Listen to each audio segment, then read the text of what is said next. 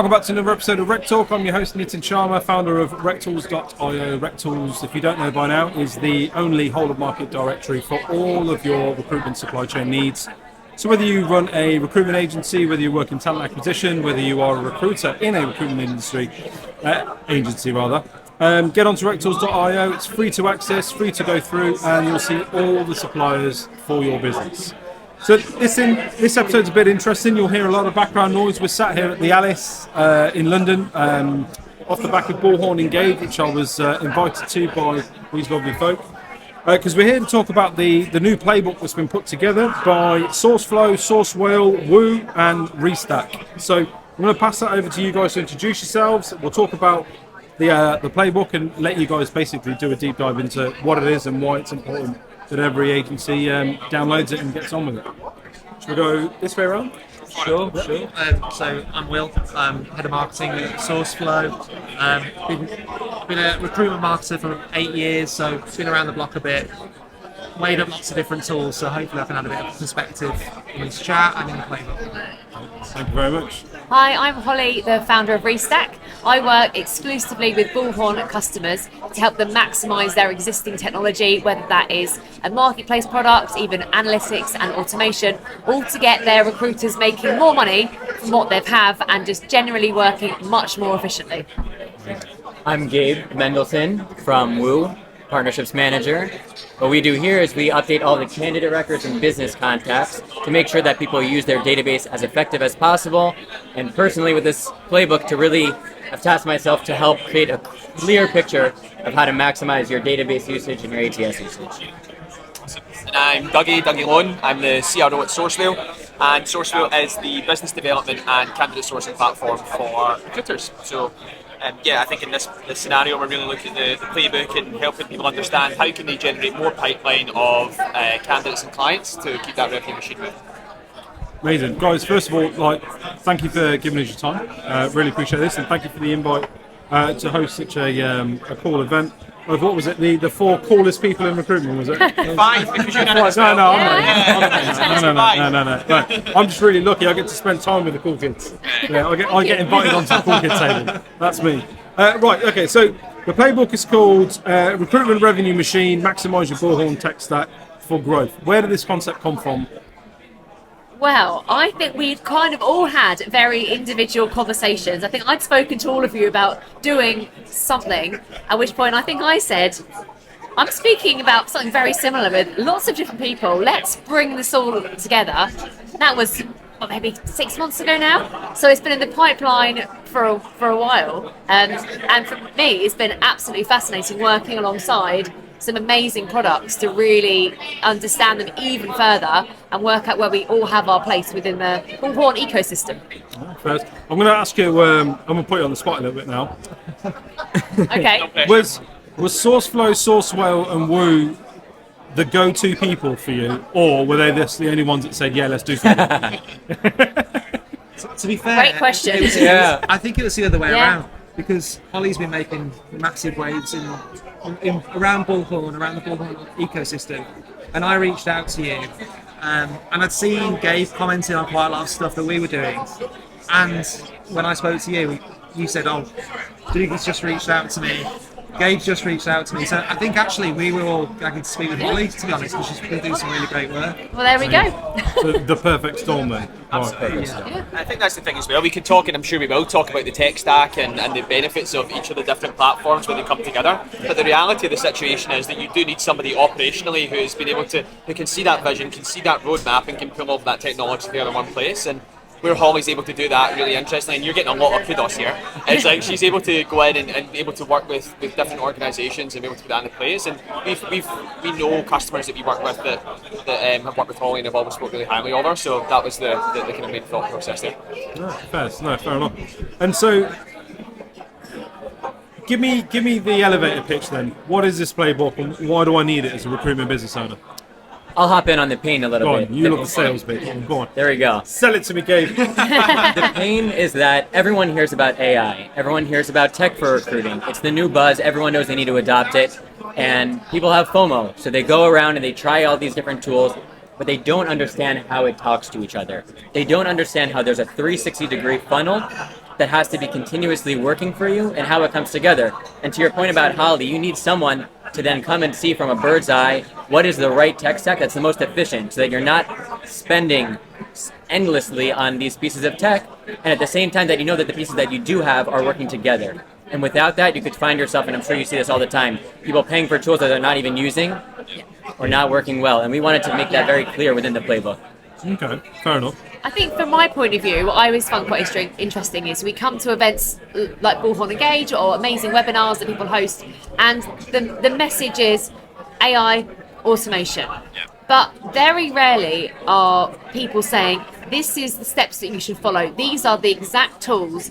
This is the proven methodology of how you can bring leads from your website, engage with them, update their data and use it effectively. And I felt there was a real lack of kind of that pulling of all of the resources together and the very clear, actionable, simple steps you can go and do tomorrow that is going to make a massive impact to your business. Yes. And that's the thing as well, right? Like, if you're a Bullhorn customer and you're using things like Bullhorn automation, Bullhorn analytics, like you've got all of this really core, critical pieces of infrastructure inside the organisation. But it's about, and there's so many marketplace partners in Bullhorn. There's so many, different CRMs that have different partners and everything else. It's hard as a recruitment business owner, if you're trying to run a business, to actually understand what fits and what doesn't, and spending years and years and years going through buying things that are not being used. They're actually, I'd say even more criminally, not actually purchasing anything because you just don't know how to start. And I think that's where the biggest struggle is. So hopefully, like you said, it's not, we're pulling together and showing you exactly why these 4 pieces of technology together work, but actually more so giving you a bit of a blueprint and roadmap that you can use to help identify any future needs that you've got as well. And I think that's the beauty of it from my perspective. Yeah.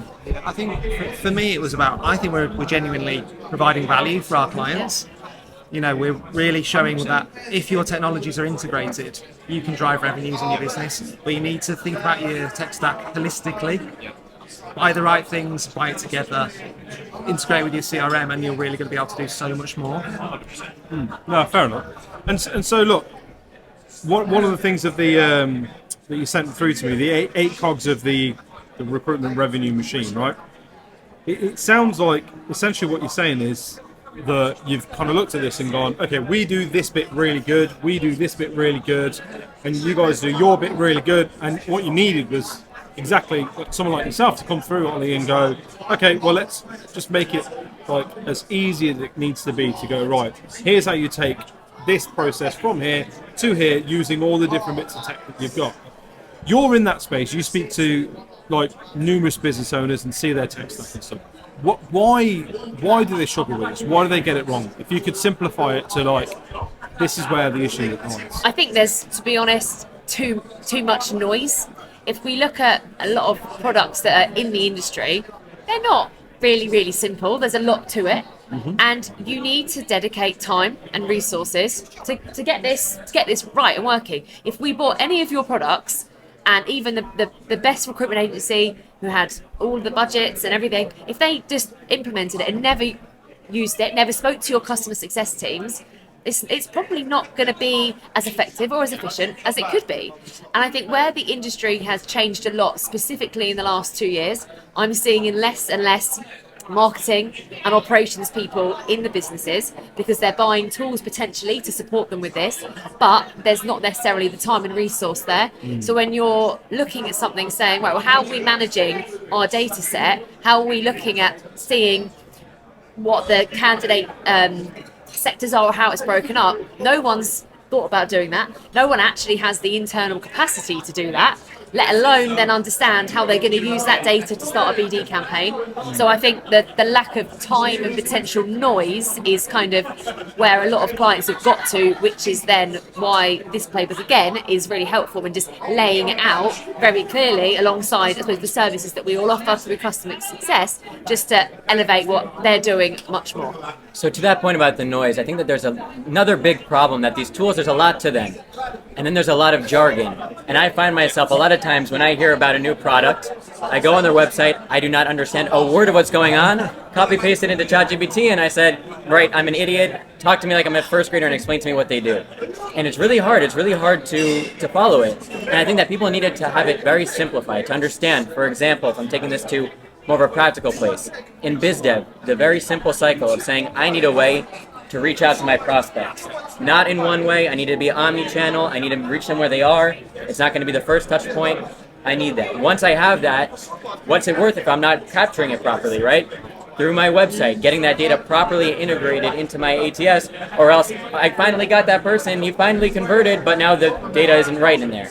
And then once it is right, and once it is in my database, I need to make sure to keep that data updated so I could leverage that new job changes, title changes, new location, whatever it is on that client, so that it's not just a one-time lead, it's an eternal lead. And that's what people needed to be explained. I just explained our products in a very practical sense, and then they need to be guided on that. And without someone like Holly guiding, it's really hard. So I think that really encompasses it. I think sorry to interrupt. I think we're talking about bad adoption there as well. I think if you adopt the products properly and you adopt the right products for your business and the products that align with the other tools that you've got, you're going to get way better results.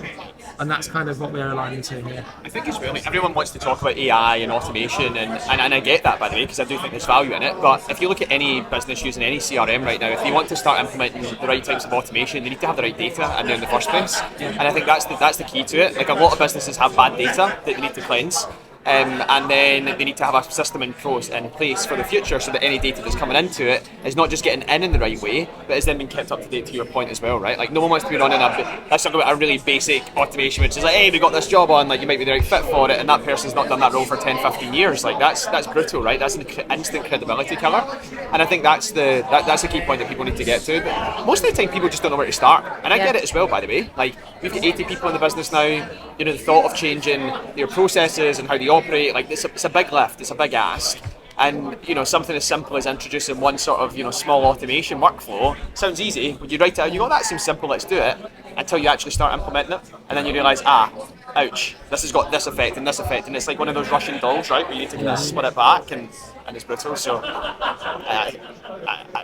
I'm not sitting here, I don't want to sit here and preach to everyone and be like, you just read the playbook and life's all good and everything's amazing. But at least it just gives you like a blueprint, right, of like where you want to be going with it, and maybe a bit of inspiration as well, because I think it's another thing. It's like knowing where to start and how to start, and hopefully that goes as well. And I think that's on that note of where to start. There's so much tech out there, especially in the Bullhorn marketplace as well, and outside of that. People don't necessarily understand the intense, is that the right word? Intense integration they will get with a Bullhorn marketplace partner. The reason why you guys are all like the top leaders at your game in the products that you have is because you integrate with Bullhorn, and what you can offer customers is way beyond another website provider who's never touched Bullhorn in their lives, and that's not going to give the customers the same results that you can. But where people, I suppose, are sold to probably on a daily basis from all of the recruitment and off-recruitment products that are out there, they don't actually understand that you can very easily track website BD data in one single place. No, I think that's really key. Yeah, you're right. I'll echo the amount of noise. AI hasn't helped that at all, because it's just so easy to take a product to market now with very little to no validation, really, and no code, right? And so, I mean, all the groups that I'm in, there's constantly something new. Has somebody seen this? Have you heard about this one?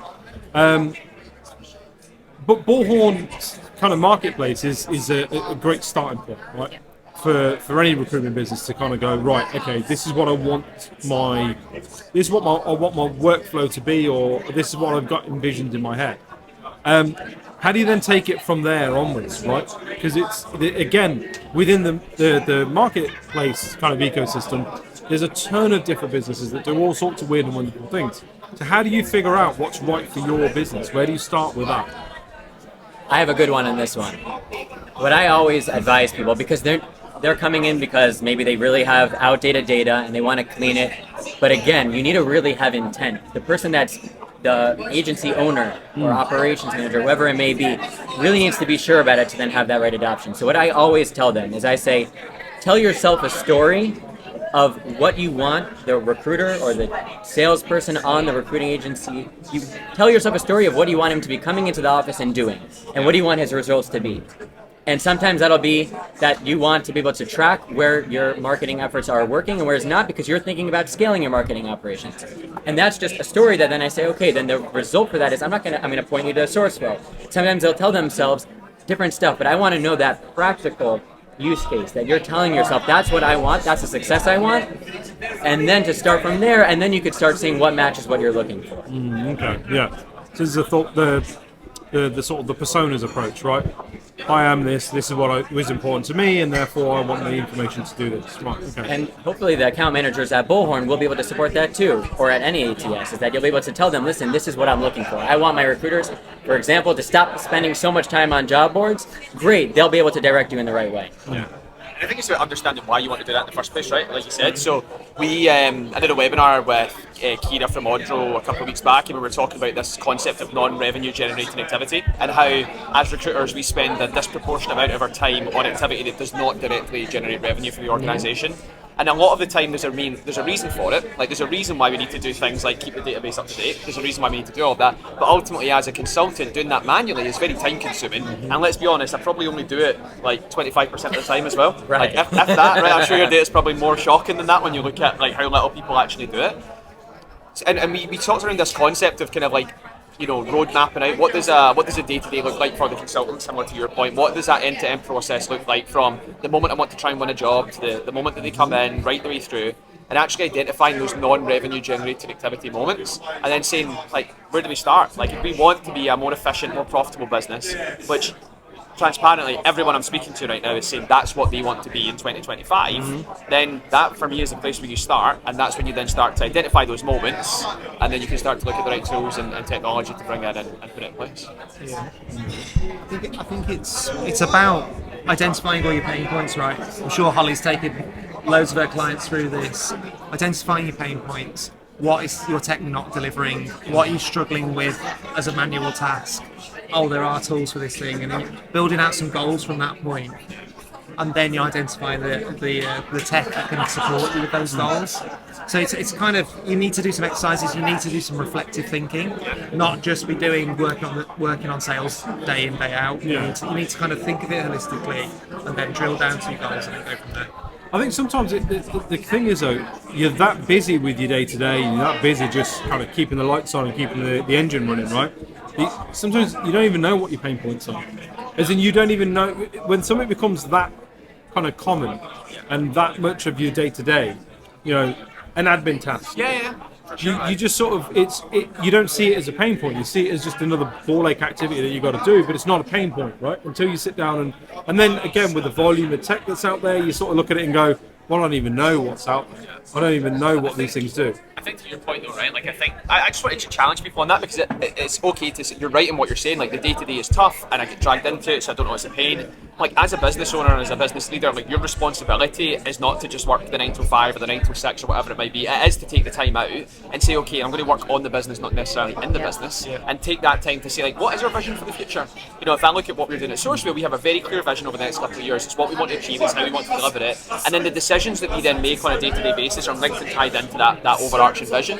And I think you don't have to be a certain size of an organisation or anything to have that vision, but you do need to have it. You need to have it because that guides all your decisions, because you can read this playbook, you can do X, Y, and Z, you can start buying this tech, but if there's not an underarching theme or vision or outcome that you're looking to achieve, you end up just pulling all things together. To your point though of like, where do I then go and say like, what tech do I need? Well, you guys, obviously, right? You can look on RecTools, you can understand like what's there, what's not there, you know, what categories are in there for the pain point or for the non-revenue generating moment that I want to address. So you can engage with outside help, someone like Holly. You can speak to your existing CRM or ATS provider. You can speak to some of your point solution providers, people like us or you. Like, people have a wealth of knowledge. The thing that stops them is one, a vision of where they want to go in the future, and two, the subsequent motivation to just ask for help or ask the question. Because it's there, it exists, right? Like, it's always, everyone's willing to help. You just got to ask for it, and I think that's where it comes from. Or do the proactive work of engaging with a site like you guys and going in there and researching it. But I mean, I'm open to challenge on that because I do feel pretty passionate about it. I think as well, if you have a group whinge and like identify all your challenges together, people are going to adopt the technology better because they've all admitted that those are the challenges that they're facing, rather than going, here you go, here's the tool. We've got a new website, go fly with it, you know. push everyone to it. They will need to understand why. They need to be bought into that vision that you're talking about. Just talking about that vision as well, right? If the vision for the company is to become a more effective and more efficient business, which drives profitability, then there is a case as well to say, hey, team, this is our new operating rhythm. This is how we're going to operate. These are the tools that we're going to give you for it. Now, you may be sitting there saying, I want to operate the way that I've always done. That's fine, but your targets are going up between 5-15%. So you can continue to operate the old way and try and get that uplift in your revenue, or you can operate the new way and absolutely get that uplift in revenue. It's your choice. And where we've seen, not everyone's done this, by the way, it's only a small group of customers that we've been working with over the last few months have started to implement that type of approach. The motivation to adopt new technology and actually use it and actually embed it day to day is tenfold, right? Because they're much more engaged. They understand that there's a carrot, which is they'll make more money, but there's also the stick approach as well, which is you can't just be sitting about not hitting target, right? One of my favourite tasks that I do with my clients, so feel free to use this, as it's a great task to do. Literally, as you mentioned, say to your team, get a whiteboard up in the office, post-it notes, send them to an inbox, and just say to all of your recruiters, back office, everybody, what do you wish that your tech could do that it currently doesn't? And you could broaden that to the wider business as well. I've run this for numerous businesses. The most crazy answer is someone wanted a hammock in the car park. I could not solve that. But other people just said, I want to see which leads we've had added to the system and have been converted. We want to see candidates who've had a CV updated 6 months ago or older, so we can then do an engagement to sort that out. We want to see which clients we've had meetings with. That's really standard stuff that I know because that's sort of the bread and butter of what I do. But that recruiter who'd been there for 6 months had never been told that. And I've done this with probably 50 clients in the last 18 months. And off the back of that, we've cleaned up data. We had done more enhanced integrations with other Bullhorn marketplace providers so that their phone system integrated with Bullhorn, which was possible, but no one had ever taken the time to do it. And off the back of listening to the team who uses this stuff day in, day out, and actually getting shit done and making the stuff and giving them new opportunities, the uptake, the buy-in, the adoption has been there because they're so grateful that we've elevated what they were doing and helped them in that step. Yeah, they feel here. And I think that that's true with automation adoption as well, because automation has, people have struggled. How do you get my team to use automation? Because at the end of the day, you have an admin, and the admin can create all of the automations for everyone based off of what he or she thinks. But the team won't adopt that, and they won't like it, and they won't be following it. And so what we do a lot of times, we say, okay, now you have updated data. What type of triggers do you see as you, the recruiter? You know the day-to-day. You know when people are most likely to entertain new roles. You know when a client is now likely to use your services to hire. You tell me what you want us to apply, or what type of automations you want us to build, and then we'll build it together, and then they're so much more open to adoption of a specific tool, and then for the broader, they feel really a part of it. They feel heard, as you said. I think to Holly's point, my biggest prediction for 2025, specifically to what you said and how that ties in, is I think that recruitment operations people are going to become one of the key central people within recruitment businesses, because there is more tech out there, there is more AI out there is more automation. These things are going to become a day-to-day part of our life. And so many recruitment businesses right now haven't even taken the first step on that journey that should have started 5 years ago. And I think that's a dangerous place to be in. So I think for me, recruitment operations, as much as, like you said, budgets were cut over the last couple of years, I think will actually be one of the biggest boomerang budget spends in 2025 and 2026. Because if I can get a 30%, 40% uplift in efficiency from my existing team by having one person whose job it is almost like the puppet master to pull the systems together in the background, like the amplification of that is wild. It's why, in partnership with the guys over at Greenback, we're running this RecOps breakfast, right? Because we want to start bringing that community together of recruitment operations people who I genuinely believe are going to be the lifeblood of the industry for the next 5-10 years, and maybe even beyond that as well.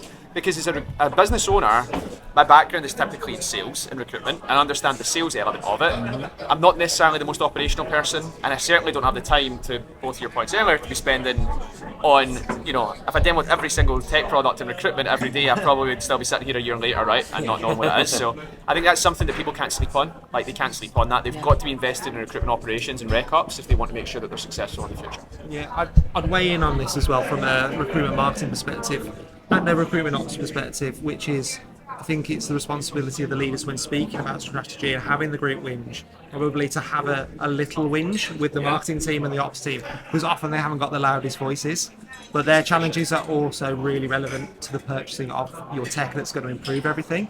So hear them out. What are their challenges?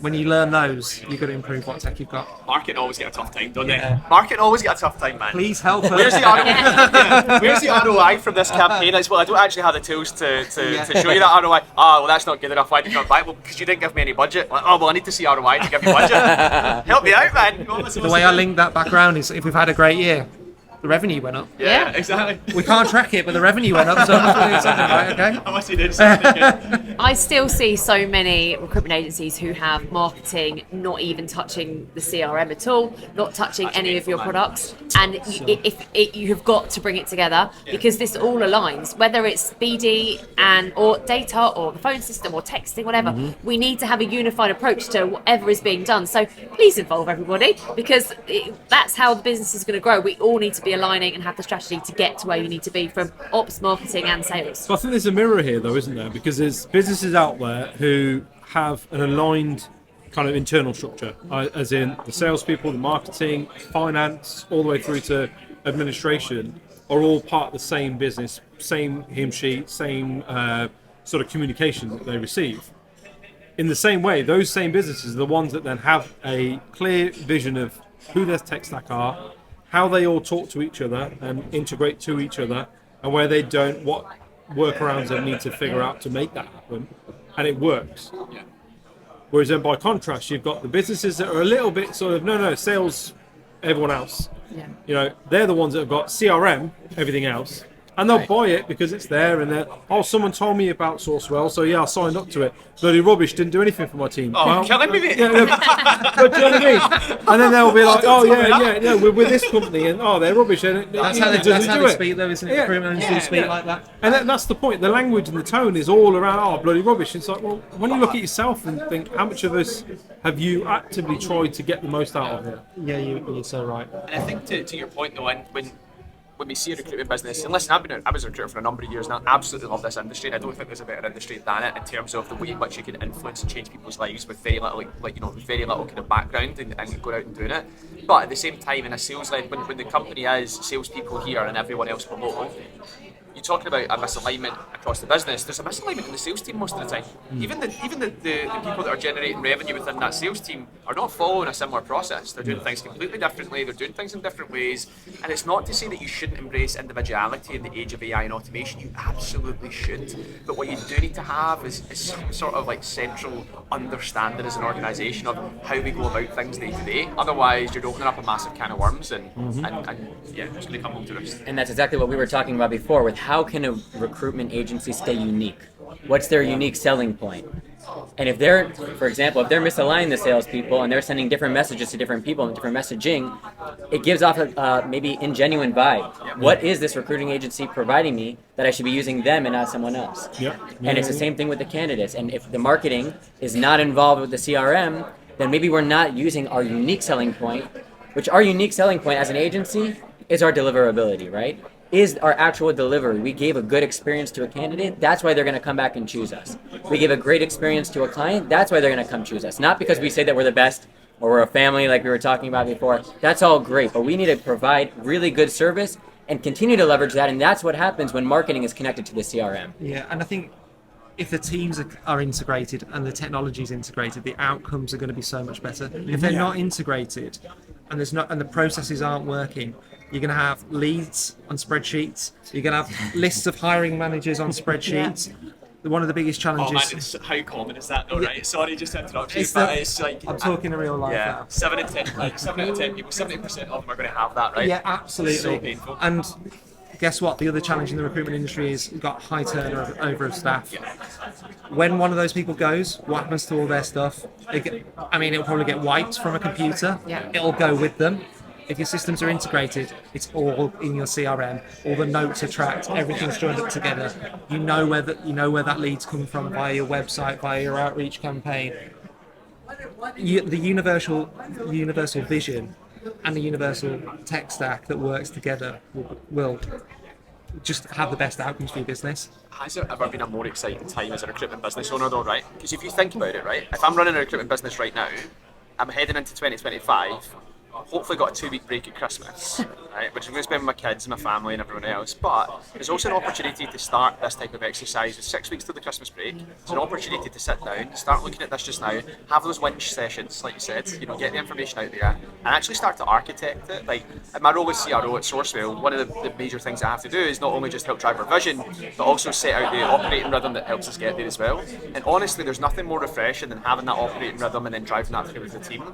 And it just gives you a sense of confidence that, we're not just sitting numbers out here and saying, okay, well, Will did 200k last year and Gabe's good for 150 and Holly can do 300, so we'll figure it out. That's how we get through it. There's actually a genuine system out there that allows us to deliver outcomes for the clients and a good experience for the client as well.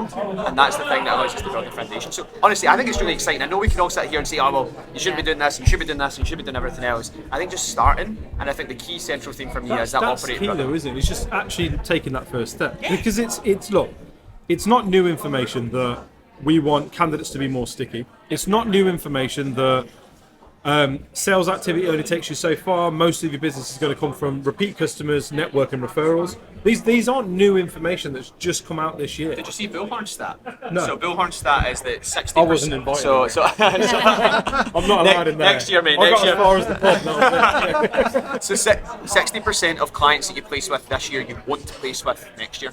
So the average churn rate is 60%, and based upon the survey that they did of their customers, that's nuts. That's nuts. Like, I mean, if I had that stat in our business, I'd have got sacked. Right? Like, that's just that you just can't churn 60% of your client base every year. But that is an industry accepted standard based upon the research that those guys have done. But there's a lot of moving parts. Look, I ran my agency for 7 years, and every year in those 7 years, we had a different key account or top account.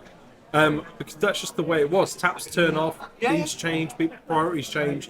Again, if you think broader across the ecosystem of recruitment, talent acquisition have gone from kind of that annoying little brother that you had to take everywhere to they have a seat at the table and they have the ear of the decision makers more so than your agency does. Like, I hate to say it, but that's the way it is.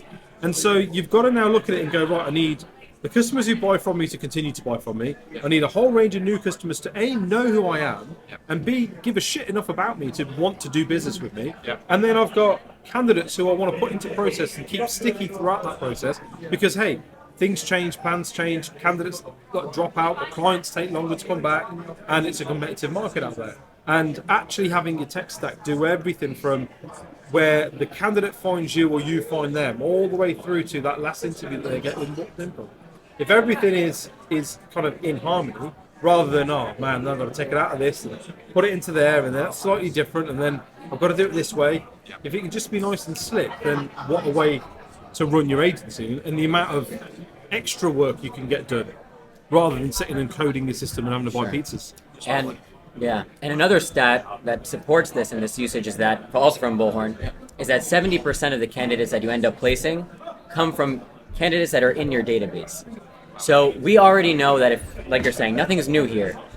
Job board spend is going up. They have a stronghold on the market. They're hiking prices. They're not making it easier for anyone. Everyone wants to use their ATS better and knows that that should be the single source of truth. And not only that, but when these businesses, these clients are churning, a lot of it is because you have a champion. That person knows your business. That's the person that's your sit at the table. That's your microphone to the company. And then they move jobs, right? And we need to make sure that everything in our ATS is reflected properly and that it's a well-oiled machine across all of the use cases to make sure that we're able to use our ATS properly. Otherwise, we're going to keep going back to job boards. We're going to keep going externally, even though they're already in my database. I just don't know it. And that's what I think this playbook is so valuable, because we get the full circle of all of the use cases within one to get our recruiters or our salespeople back into the ATS. All the different things. It's really funny, right? I landed on this the other day in a conversation with somebody on a podcast that will drop soon. We all accept, most of the place candidates are on our ATS already, but our recruiters, the first place they go to when they pick up a job is a job board, right? Yeah. But we never really think why.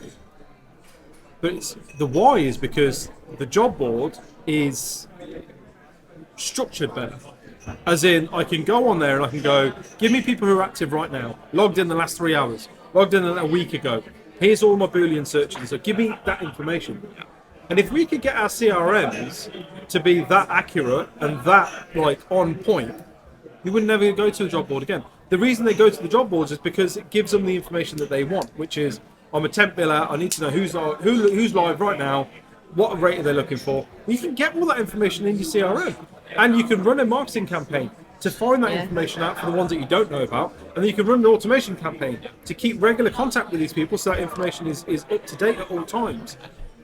Listen, I think you're spot on. I think that's like, to Holly, to her credit in terms of the work that you do from a Bullhorn automation perspective, right? In terms of how you bring it together. And a couple other points, but I'll stop on there because I know that's something you're pretty passionate about. I think for me, what you've just described is a job board is essentially it's a database of candidates who hopefully have updated their CVs recently, who really knows.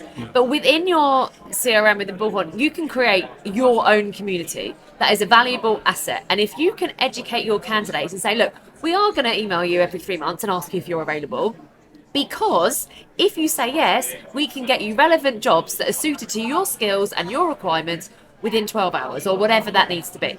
So you can do that, and you can create statuses within your CRM that says these candidates are actively looking because they've told us that. These guys are new leads from the website, we need to engage with them, and then once we've done that, they become actively looking, and then you can then start doing various engagements to the people who follow other statuses who are lapsed, to re-engage with them. So it is doable, and I know companies right now who are reducing job board spend and are using candidate statuses, automations, CV updates to create a fully automated, I always call it like a dynamic database because it's fully up to date, and it can be done. Like you're not going to do it overnight. It used to be a myth. Yeah. Right? Yeah. It used to be a figment of your imagination, but to echo your point, 2025 is like the most exciting year to be in recruitment, I think, because none of these things are a myth anymore.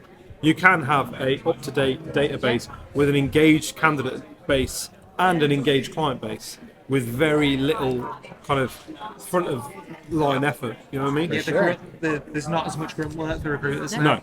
No. There's tools out there that which can is help good you because do they're it. all lazy apparently. I was actually if wondering you talk Holly. to like the, business owners about the new crop, they're all lazy now. So Yeah, that's what they all say. I mean, I was actually wondering, Holly, can you name check any of the agencies that are doing really well with this stuff? I have a recruitment agency who I won't name, but DM me later, and they have been going for less than a year.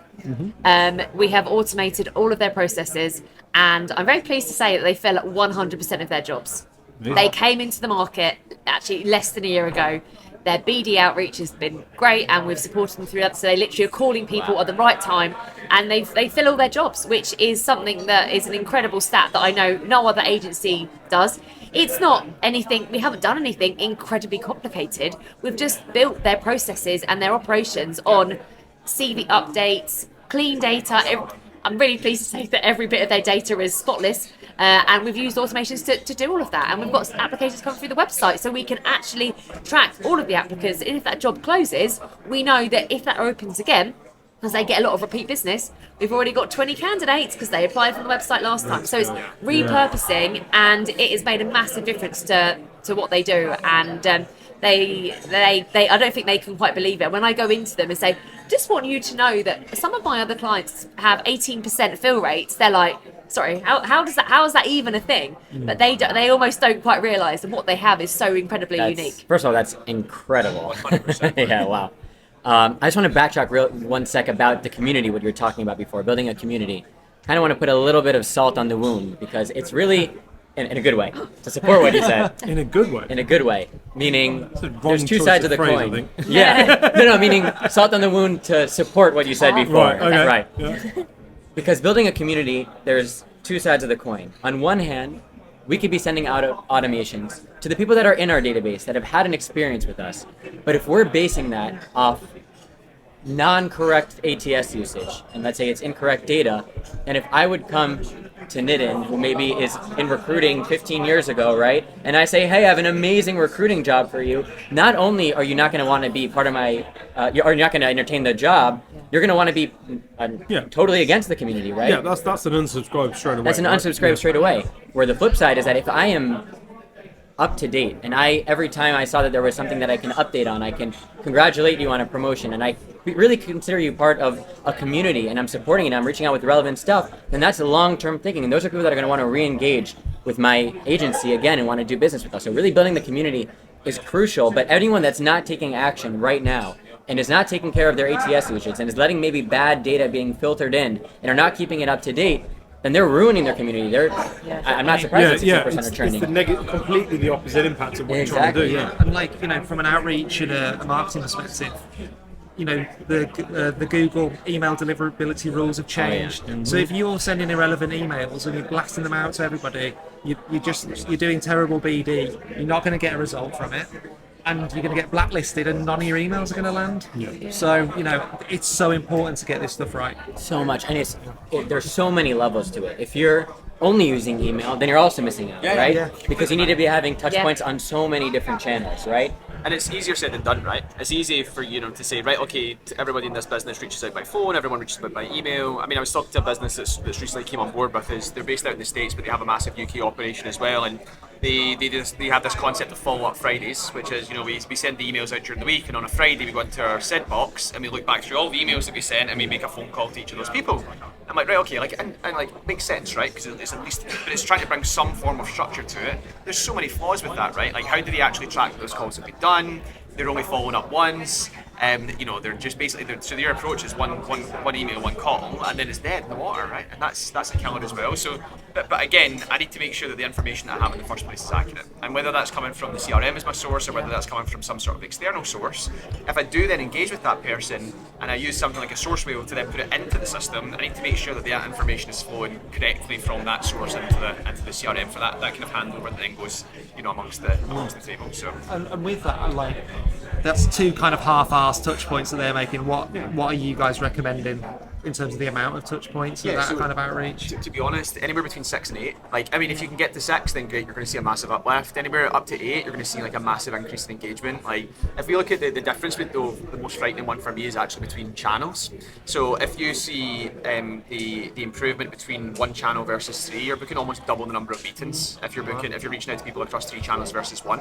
And most people will revert to one channel, right? Even the people who say, but we're an all-in on the phone business, and I'm like, that's great, because that's almost like the opposite end of the spectrum. I'm like, but as soon as you hang up the phone, wouldn't it be nice if an automated email went straight out that was personalised to that person and said, hey, try to give you a call, I'm going to reach out to you again in a couple of days' time.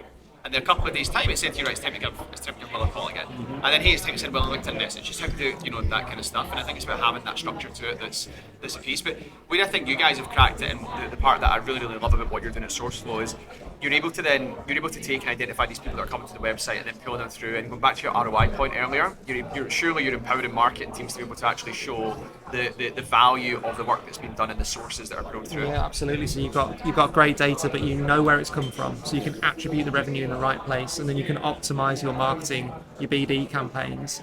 You'll spend on whatever tools you're spending on because you know where things are coming from, because we track the data, the conversion point, all the way through to Bullhorn in your ATS. And I think too many people sleep on that as a revenue source. Like, they look at things like outbound, which obviously is a SourceWhale area, which is obviously really, really important. But too many people just see a website as just like a holding area so that people Google them, it's fair. This is just an important lead source, especially in today's market, as outbound does. And I think if you don't have the system set up and you don't have the structure there to make sure that you're capturing those leads and putting them into the system, you're missing out on a ton of revenue, especially if we're trying to reduce this is it. It's the again, it's that age-old thing, right? It's like, oh, well, I've never made a sale from my website. No, you haven't. That's right, because you're not using it properly. Or you have and you just don't know because you're not tracking that's right. Or you're not tracking it. That's right.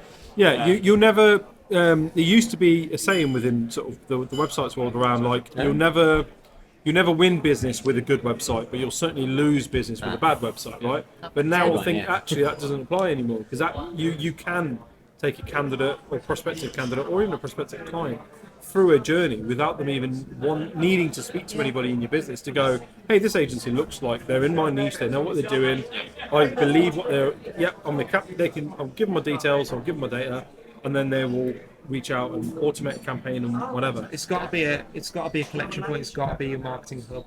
There's got to be lead gen content on there. You've got to push people to your website from LinkedIn, from other social media channels, through email. All the channels that you were talking about, even through phone.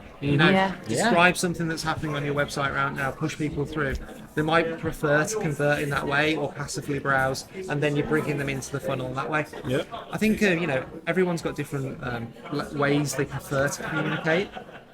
So you've got to touch them in all those different ways to kind of start converting them. That's exactly what worries me about 2025, because I see that the big players are changing the rules. Gmail is saying if it has pixels, I don't want it, right? If I never engaged with it before. Apple Intelligence is saying instead of reading through 16 different sales emails, just summarize all of them. I see sales, straight to spam. So we don't know what's gonna be relevant for them, what they're gonna respond well to. So we need, even more so next year when all these rules are being changed, we need to be having outreach on multiple different channels. We need to know which one is working for our agency, for our clientele, for our candidates, to then know which ones to scale. And without SourceFlow, without SourceWhale, how are we going to be on track of that? And then what we could see is that maybe a lot of people will be left behind because they're going to continue doing what worked for them in the past, but now for some reason, because maybe of AI dialers, and they're going to be cutting down even more so on cold calling, then it's just not working. And it's nothing that they're doing different, but it's just the rules are changing, and we need to keep on top of that. Yeah, lack of awareness and understanding of the impact of what they're doing. It's not just it doesn't work anymore. It's harming your business now. Exactly, and you need to be trying all of them, and you need to be knowing what's working. And I think that's exactly your guys' value props. That's it. And I think the thing that we obviously would like people to leave, either from this episode or from like reading the playbook and going away from, is like it is a really inspiring time to be doing what you're doing, and it's not all doom and gloom. And but like you're saying, it's important to be aware of. You've got to be conscious of these changes and how they're impacting you. But actually, those same challenges are also presenting opportunities, right? Because the fact of the matter is that the vast majority of people won't go out and make changes, and they'll have to feel the pain before they make the change and everything else. But there is an opportunity still for people to be proactive and engage in the right way and do it. So I'm buzzing, man. I think it's going to be good. I think some people are going to spend the Christmas break opening some presents and then maybe wrapping up a little operating rhythm for 2025 and get out there and execute it. That's my thoughts anyway. There you go. I think it was a good place to leave it there, guys. Right, so how do people that are listening get in touch with you guys? I'm assuming there'll be a link to where to download this playbook from in the description, which we'll sort out afterwards. We'll send it to you. But you got your 30-second pitches. Go for it. Starting Boy, from Will. Ollie's face. Ollie. I was not prepared. I was not ready for that. I suppose these guys are going to all show you some amazing things that they can help maximise your system and elevate your data, BD, everything.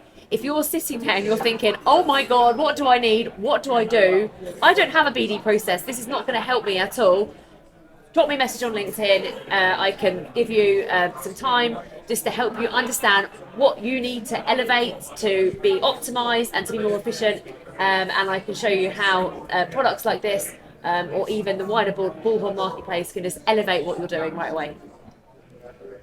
For me, what we see is that job board spend is super excessive. And like we mentioned a lot of times here, your ATS usage or your ATS in general is a gold mine not only of leads, it's not only a database for leads, but it's also your warm leads that you have relevant outreach and you have stuff to relevant that's past history, whether it's making placements, whether it's place the actual candidate or not. So being able to keep everything up to date without having to do anything manually at any given time helps you eventually pave the way to then use these tools on top of it that's basing it at any given time on updated info, their current title, their current company, any skills they've gained. So I hope that everyone reads the playbook and really gets a lot of value out of it. That's for me. I'll go. On you go. Go on. I mean, if you want a website where you can capture leads, pass it straight into your CRM system, we're the one. SourceFlow.co.uk is where you can find out all about that.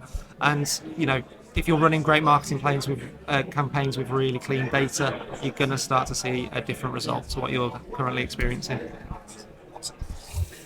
Yeah, if you want to reach out to me across 3 channels 6 to 8 times, then give me a shout. I might come back to you. I'll reply the 7th. I'll send them down. I'm joking.